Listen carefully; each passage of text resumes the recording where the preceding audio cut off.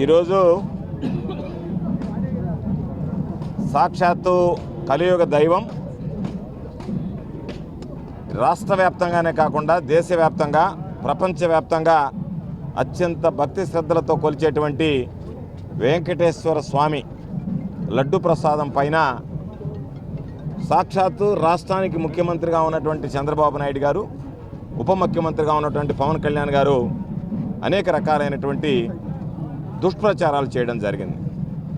ప్రతి ఆంధ్రుడు ఆంధ్ర రాష్ట్రంలో, నేను పుట్టినటువంటి ఈ రాష్ట్రంలో కలియుగ దైవం వెంకటేశ్వర స్వామి వెలిసి ఉండడం మా అదృష్టం అని చెప్పి గర్వించేటువంటి పరిస్థితుల్లో ఆంధ్ర రాష్ట్రంలో ఉన్నటువంటి వెంకటేశ్వర స్వామి యొక్క ప్రతిష్ట, దాని వైభవం, ఆ పుణ్యక్షేత్రానికి ఉన్నటువంటి ప్రజల్లో అత్యంత భక్తి విశ్వాసాలు, వీటన్నిటినీ దెబ్బతీసేటువంటి విధంగా తన స్వార్థ రాజకీయాల ప్రయోజనాల కోసం ఈరోజు బురద జల్లేటువంటి పరిస్థితికి తీసుకొస్తే వైఎస్ఆర్ కాంగ్రెస్ పార్టీ మీద బురద జల్లాలనేటువంటి ఆలోచనతో ఒక దుర్మార్గమైనటువంటి ప్రకటన చేయడం జరిగింది. ఈరోజు ఏదైతే చంద్రబాబు నాయుడు స్పష్టంగా ప్రకటన చేశాడో ఆ ప్రకటన కూడా మీకు వినిపిస్తాం. పవన్ కళ్యాణ్ ఏం మాట్లాడాడో వినిపిస్తాం.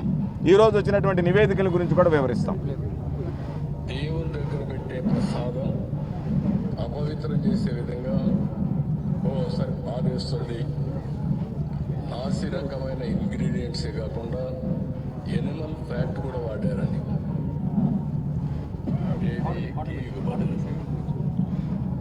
అయోధ్య రామ మందిరం కావాలి, చాలా ప్రతిష్టాత్మకంగా తీసుకుంటే దానికి కూడా తిరుపతి లడ్లు టీటీడీ లడ్లు